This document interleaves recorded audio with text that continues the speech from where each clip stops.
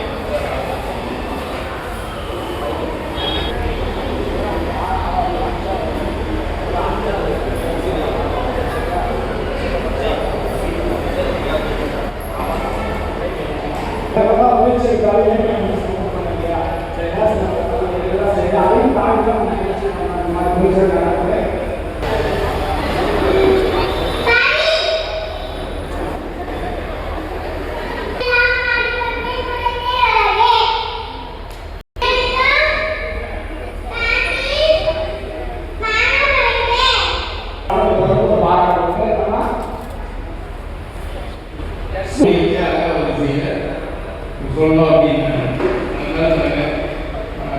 Motivate பண்ணுறதுக்காக நாங்கள் சரி அக்செப்ட் பண்ணிடணும்.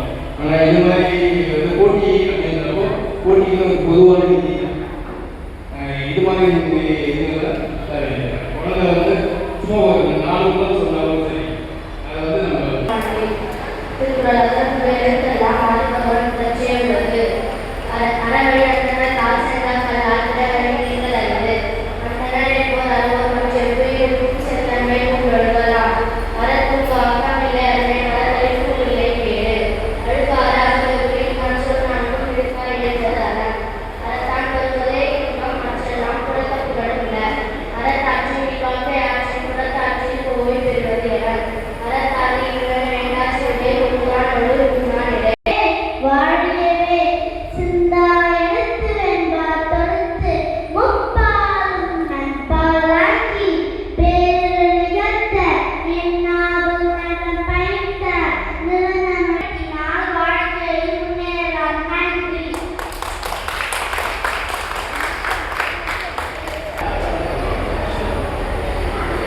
அடுத்து பேச்சு போட்டி உழவதிகம் 7வது எண்ணம் போகுது.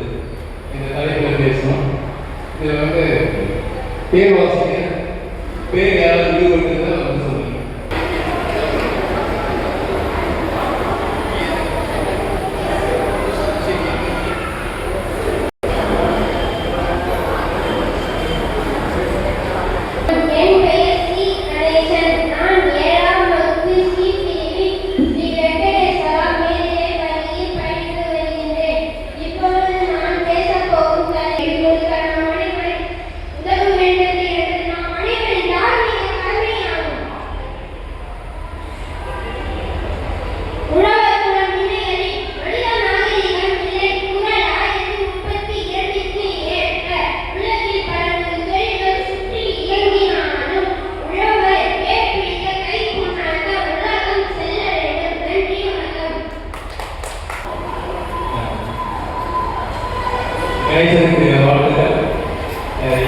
பேச்சு போட்டி அப்படின்றப்போ குறைந்தபட்சம் ஒரு 3 நிமிஷம் இருந்து 5 நிமிஷம் வரைக்கும் அந்தளவு தெளிவாக பேசணும். இல்லை 100 பேருக்கு மேலே நாங்கள் இருப்போம். ஏன்னா அந்தளவு நாங்கள் எஃபர்ட் போடுறோம். சாப்பாடே 120 பேருக்கு சொல்லணும். 120 சுத்தல் சொல்லி ஏன்னா ஏற்கனவே கொரோனால ஒரு 5 நாள் வந்து நடந்தது. ஏன்னா அப்போல்லாம் 100 பேருக்கு மேலே அந்த மாதிரி உணவுக்கு முக்கியத்துவத்தை வந்து பேசணும். அதனால் அந்த மாதிரி சொல்லுவாங்க. அந்த மாதிரி தலைப்பை வந்து முன்னாடி சொல்லியாச்சு. இப்போ சொன்னால் அந்த ஸ்பாட் சொன்னால் பரவாயில்ல. முன்னாடி சொல்லியிருக்காங்க. அது நம்ம தொடர்பாக பேசலாம். அடுத்த மாணவர் நிதிஷ்குமார். போட்டிக்கு நல்லது தலைப்பு. போட்டிக்கு தரப்பட்டது நல்லது தலைப்பு. அழைப்பில் மகிழ்ந்து தலைமை குறித்த அனைவருக்கும் தரப்பது நல்லது இருக்கிறது.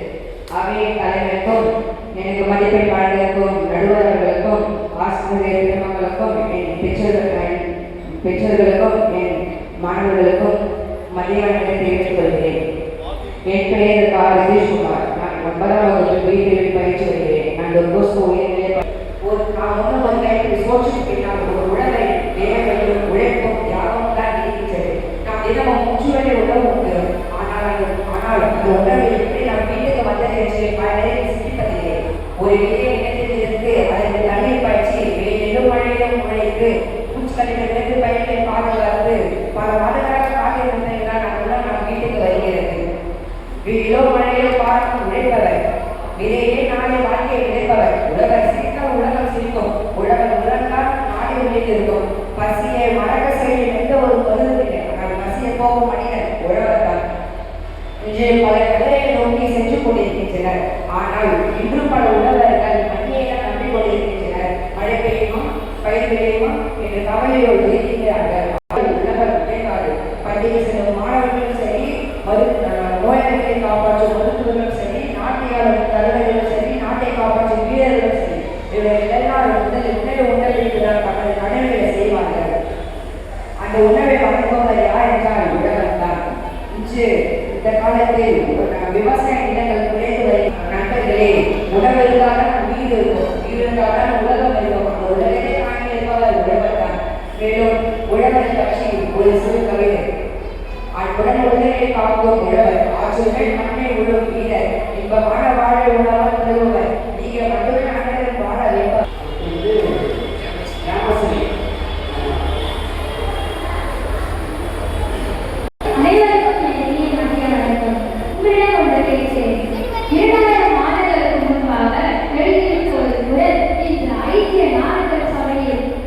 பேசப்படும் ஒரு சித்தருக்கு தீர்வு தரும் செய்துவிட்டு அதற்கான ஊதியத்தை பெற்றுக்கொண்டு வாழ்க்கைக்கு செல்கிறார்கள்.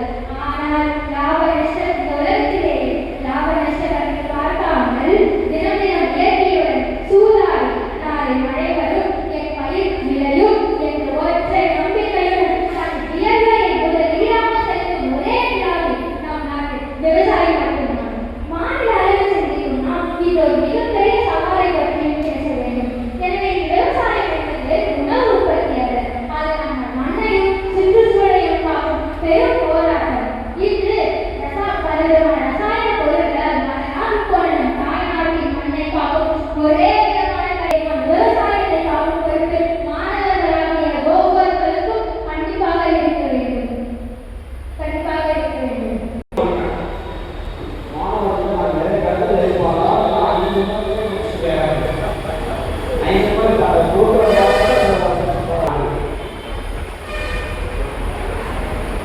அனைவருக்கும் வணக்கம். என் பெயர் சே. ஒளிவண்ணன். நான் 8ஆம் வகுப்பு ஆ பிரிவு படிக்கின்றேன். ஸ்ரீ வெங்கடேஸ்வரா மேல்நிலைப் பள்ளியில் படிக்கின்றேன். நான் இன்று பேச வந்துள்ள தலைப்பு எழுவாரை எல்லாம்